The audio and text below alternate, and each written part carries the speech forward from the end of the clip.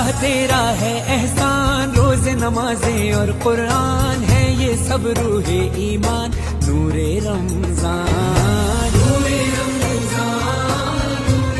رمضان۔ الحمدللہ نحمدہ ونستعینہ ونستغفرہ ونؤمن بہ ونتوکل علیہ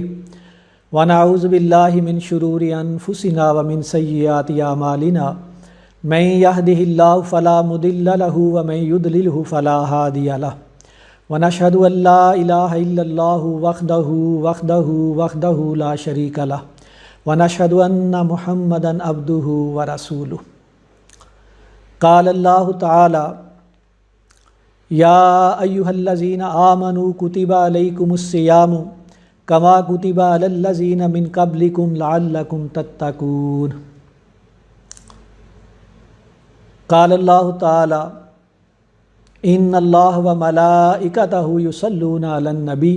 یا ایہا الذین آمنوا صلوا علیہ وسلموا تسلیما، اللہم صلی علی محمد وعلی آل محمد کما صلیت علی ابراہیم وعلی آل ابراہیم انک حمید مجید، اللہم بارک علی محمد وعلی آل محمد کما بارکت علی ابراہیم وعلی آل ابراہیم انک حمید مجید۔ اللہ تعالیٰ کی حمد و ثنا اور حضور نبی کریم رؤوف الرحیم صلی اللہ علیہ وسلم پر ہدیہ درود بھیجنے کے بعد السلام علیکم ورحمۃ اللہ وبرکاتہ۔ میری طرف سے تمام امت مسلمہ اور خاص کر اٹلی میں بسنے والے جتنے مسلمان ہیں سب کو رمضان مبارک، کیونکہ رمضان کی آمد ہے، اور اس پہ اللہ تعالیٰ کا جتنا بھی شکر ادا کریں کم ہے کہ اللہ تعالیٰ نے اپنے فضل و کرم سے ایک دفعہ پھر ہمیں یہ موقع دیا کہ ہم رمضان المبارک کی جو برکات ہیں وہ حاصل کر سکیں۔ جو ہے سچی بات ہے کہ اگر ہم غور کریں، ہم میں سے ہر شخص جو ہے ذرا آنکھیں بند کر کے سوچے کہ پچھلے رمضان المبارک میں میرے اور آپ کے کتنے دوست احباب تھے، کتنے رشتہ دار تھے جو ہمارے ساتھ تھے، جو ہمارے ساتھ تراویحاں پڑھ رہے تھے، جن کو ہم فون کرتے تھے، جن سے ہم بات چیت کرتے تھے، لیکن اس رمضان المبارک میں وہ نہیں ہیں، ان کا سفر مکمل ہو چکا ہے اور وہ اس دنیا سے جا چکے ہیں۔ اسی طرح پتہ کوئی نہیں کہ اگلا رمضان المبارک ہمیں ملے یا نہ ملے، اس لیے میں سمجھتا ہوں کہ یہ میری درخواست ہے میرے لیے بھی اور آپ سب کے لیے بھی کہ ہمیں اس رمضان المبارک کو اس طرح سے گزارنا چاہیے کہ جیسے اللہ رب العزت نے یہ میرا اور آپ کا آخری رمضان ہو،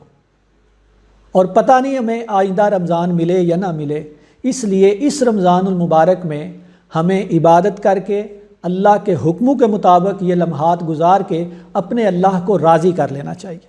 اور اپنے اللہ سے معافی اور استغفار کرنا چاہیے۔ جو میں نے آیا مبارک پڑھی ہے سورۃ بقرہ، بڑی مشہور و معروف آیت ہے، اس میں اللہ تعالیٰ ایمان والوں سے خطاب کر کے بات کہہ رہے ہیں۔ اس میں دنیا کے سارے انسانوں سے بات نہیں ہے، بلکہ اللہ تعالیٰ نے یہ تخصیص کی ہے، اللہ تعالیٰ نے قرآن مجید کے اندر مختلف انداز سے تمام انسانوں سے بات کی ہے۔ بعض اوقات اللہ تعالیٰ نے دنیا کے تمام انسانوں کو مخاطب کر کے کوئی بات کی ہے، جیسے یا ایھا الناس اعبدوا ربکم الذی خلقکم، کہ دنیا کے تمام انسانوں میں تم سے بات کر رہا ہوں۔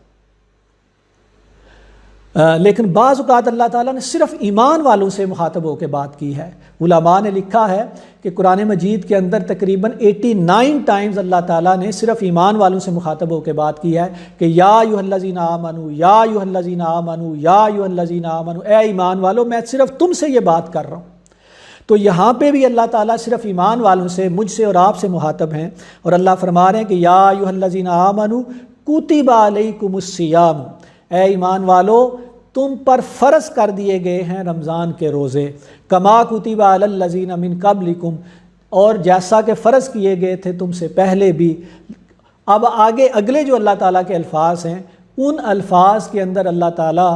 روزوں کا مدعا، روزوں کا مقصد بیان کر رہے ہیں کہ یہ روزے کیوں فرض کیے گئے ہیں ایمان والوں کے اوپر۔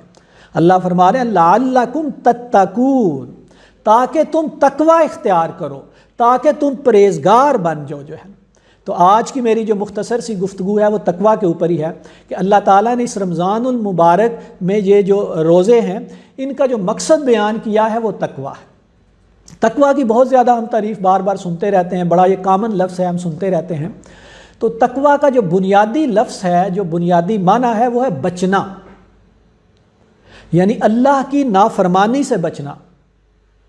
اور حضرت عمر رضی اللہ تعالیٰ عنہ کے ساتھ یہ منسوب ہے اس کی ڈیفینیشن کہ کسی نے حضرت عمر رضی اللہ تعالیٰ عنہ سے پوچھا کہ تقویٰ کیا ہے، تو آپ نے بڑی خوبصورت وضاحت کی۔ آپ نے فرمایا کہ آپ یوں سمجھیں کہ ایک یہ پگڈنڈی ہے، ایک چھوٹا سا تنگ سا راستہ ہے اور اس کے ارد گرد گھاٹیاں جو ہے خاردار جھاڑیاں ہیں، کانٹے ہیں اور بڑی نقصان پہنچانے والی چیزیں ہیں۔ تو جس طرح انسان اس پر خطر راستے میں سے اپنے لباس کو بچا کے، اپنے آپ کو محفوظ کر کے وہ اس پگڈنڈی سے اس تنگ راستے پہ گزرتا ہے کہ کہیں پہ کوئی جھاڑی، کوئی کانٹا، کوئی سانپ، کوئی ٹھواں جو ہے مجھے نقصان نہ پہنچائے، اور اپنے آپ کو اس طرح سے گزارتا ہے بچا کے، فرمایا یہ تقویٰ ہے۔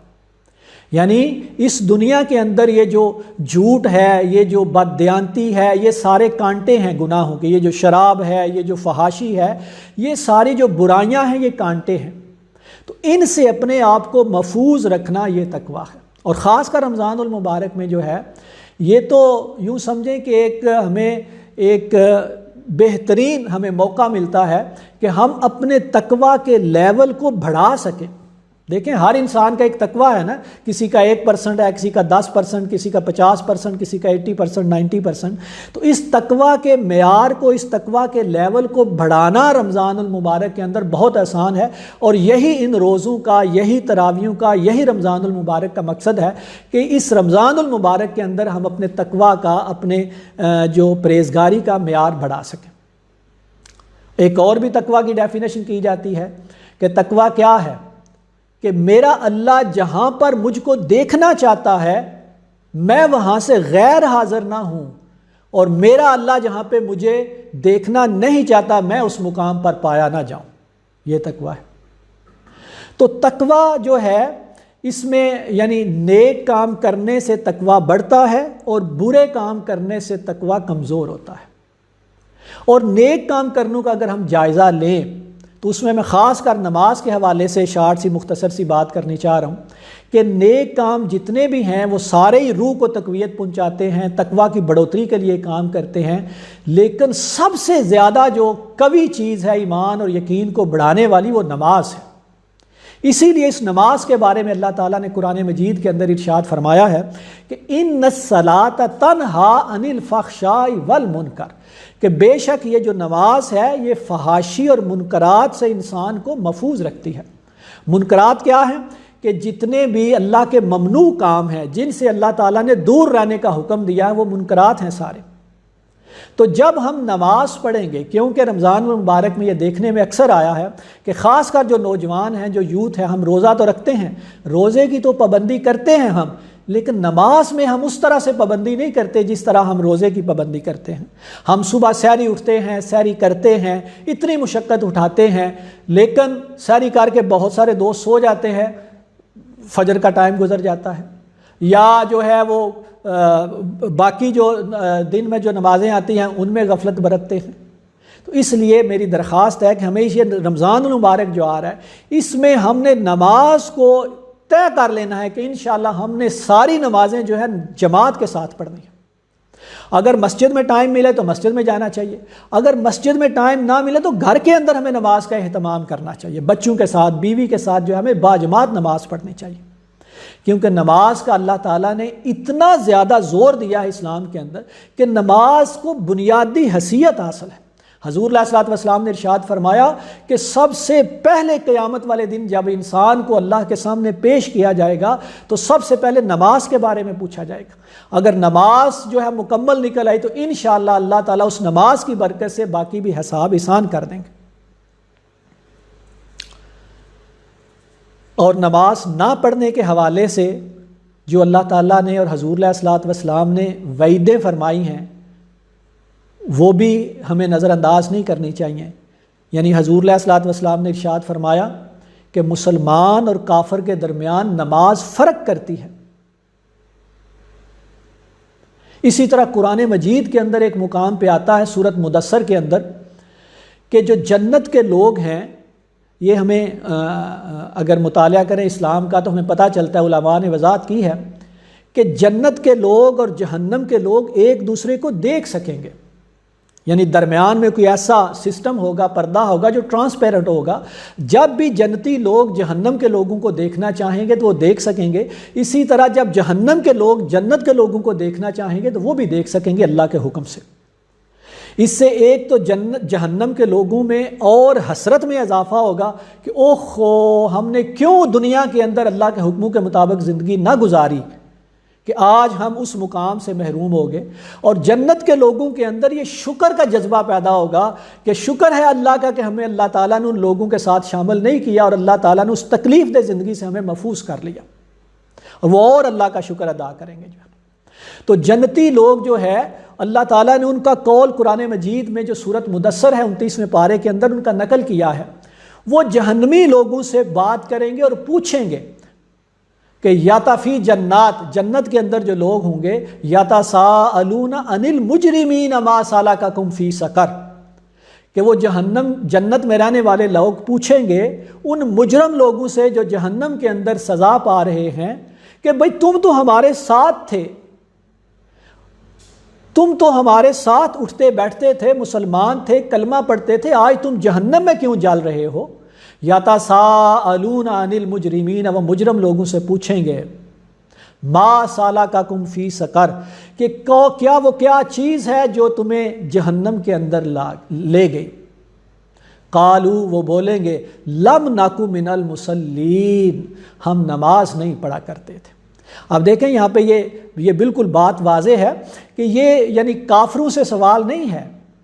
یہ مسلمانوں سے سوال ہوگا۔ یہاں پہ دیکھیں نا، کامن سینس کی بات ہے، اگر ہم کوئی کافر سے بات کریں گے، کسی اٹالین سے بات کریں گے، کرسچن سے بات کریں گے، یہودی سے بات کریں گے، تو اس سے ہم نماز کے بارے میں تو سوال نہیں کریں گے،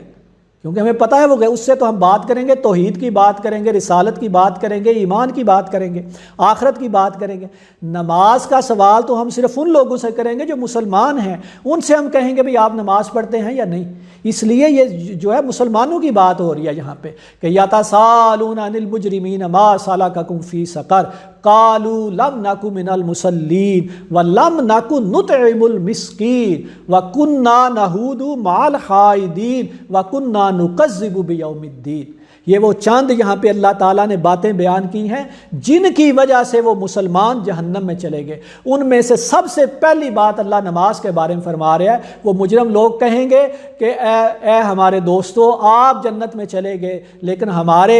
جہنم میں جانے کی بنیادی وجہ یہ ہے کہ ہم نماز نہیں پڑھا کرتے تھے، ہم لوگوں کو کھانا نہیں کھلایا کرتے تھے، ہم لوگوں کو کھانا نہیں کھلایا کرتے تھے۔ وَكُنَّا نَحُودُ مَعَ الْخَائِضِينَ، اور ہم جو فحش کلام کرتے تھے، جو بے حیائی کے کام کرتے تھے، ہم ان کی سنگت اختیار کرتے تھے۔ تو یہ چند جو چیزیں ہیں یہ سبب بنتی ہیں جنت سے دوری کی اور جہنم میں جانے کی۔ تو یہ جو پھر ایک دفعہ رمضان المبارک آ رہا ہے، پھر ہمیں یہ موقع مل رہا ہے، اس لیے ہمیں اس موقع کو ضائع نہیں کرنا چاہیے۔ ہمیں یقیناً یہ تہیہ کر لینا چاہیے کہ انشاءاللہ اس رمضان المبارک میں میں نے اپنے اللہ سے مغفرت لے کے رہنی ہے، میں نے اپنے اللہ سے معافی مانگنی ہے، اور میں نے انشاءاللہ جنت میں جا کے رہنا ہے، میں نے جہنم سے بچنا ہے۔ کیونکہ پتہ نہیں مجھے اگلا رمضان ملے نہ ملے، مجھے یہ مہلت دوبارہ ملے یا نہ ملے، مجھے یہ جو مختصر سی زندگی ہے، یہ جو مہلت ملی ہے، اس وقت کو بھرپور استعمال کرنا چاہیے۔ اور یہ جو رمضان المبارک ہے، یہ جو 30 حضور علیہ الصلوۃ والسلام جب شبان آتا تھا تو اس طرح لنگوٹا کس لیتے تھے، آپ تیاری کر لیتے تھے کہ بھئی رمضان المبارک آ رہا ہے، تیاری کر لیں کہ ہم نے رمضان کو کس طرح سے گزارنا ہے۔ اب ہمارے گھروں کے اندر ہمارے جو نوجوان ہیں، جو ہماری مائیں ہیں، جو ہماری بہنیں ہیں، ہمارے جو سارے جو مسلمان ہیں، یہ بالکل نشست کر کے سٹنگ کریں اور ڈسکس کریں کہ یہ جو رمضان المبارک چند دنوں کے بعد شروع ہونے والا ہے، یہ رمضان المبارک ہم نے کیسے گزارنا ہے، اس میں ہم نے کتنی تلاوت کرنی ہے، ہم نے نمازوں کا کیا شیڈیول رکھنا ہے، کس طرح ہم نے گھروں کے اندر اجتماعی تعلیم کرنی ہے، کس طرح ہم نے لوگوں کو کھانے کھلانے ہیں، کس طرح ہم نے افطاریاں کرنی ہے، کس طرح ہم نے زکوٰۃ دینی ہے، کس طرح ہم نے لوگوں کی مدد کرنی ہے۔ ہیں جو ہے نا، یہ سارے رمضان المبارک میں جو ہے یعنی یہ تو ایک بہار آ جاتی ہے، اور اس مہینے اور یہ جو دن ہوتے ہیں اس میں تو ایمان اور یقین اپنے عروج پہ چلا جاتا ہے۔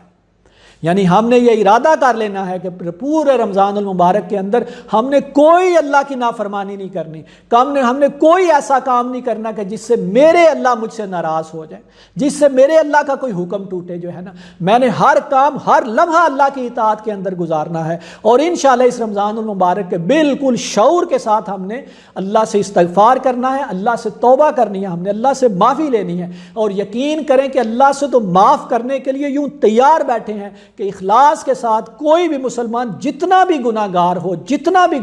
ہو صرف ایک دفعہ اٹھ کے تنہائی کے اندر سجدے میں سر رکھ کے صرف ایک دفعہ وہ کہہ دے یا اللہ میں شرمندہ ہوں اپنی زندگی کے اوپر، میں شرمندہ ہوں اپنے گناہوں کے اوپر، یا اللہ تو کریم ہے، تو رحیم ہے، تو مالک ہے، تو خالق ہے، تو مجھے معاف کر دے، میں سچے دل سے توبہ کرتا ہوں، اللہ فوراً سارے گناہ معاف کر دیتے ہیں۔ تو ہم نے اس رمضان المبارک میں استغفار کرنا ہے، توبہ کرنی ہے اپنی بقیہ جو زندگی ہم گزار چکے، اور آئندہ ہم نے یہ بالکل ارادہ پختہ کرنا ہے کہ انشاءاللہ بقیہ جتنی ہماری زندگی ہے ہم نے اللہ کے حکموں کے مطابق گزارنی ہے، اور خاص کر اس کی شروعات ہم نے اس رمضان سے کر دینی ہے۔ انشاءاللہ ہم زندگی کے سارے معاملات قرآن و سنت کے مطابق کریں گے، اور خاص کر ہم اپنی نمازوں کی حفاظت کریں گے، نماز دین کا ستون ہے، یاد رکھیں نماز دین کا ستون ہے، اس کو دین کے اندر بڑی بنیادی حیثیت حاصل ہے، اور نماز جو لوگ پابندی سے پڑھتے ہیں اللہ تعالیٰ اس نماز کی برکت سے آہستہ آہستہ انسان کو گناہوں سے دور کر دیتے ہیں، اور اللہ کے ساتھ ایک مضبوط تعلق قائم ہو جاتا ہے اس نماز کے ذریعے سے۔ تو دعا ہے کہ اللہ تعالیٰ مجھے اور آپ کو اس رمضان المبارک کی برکات سمیٹنے کی توفیق عطا فرمائے، اللہ مجھے اور آپ کو سچی توبہ اور استغفار کرنے کی توفیق عطا فرمائے، اور اس رمضان میں اپنے حکموں کے مطابق زندگی گزارنے کی توفیق عطا فرمائے۔ جزاکم اللہ خیر۔ السلام علیکم ورحمۃ اللہ وبرکاتہ۔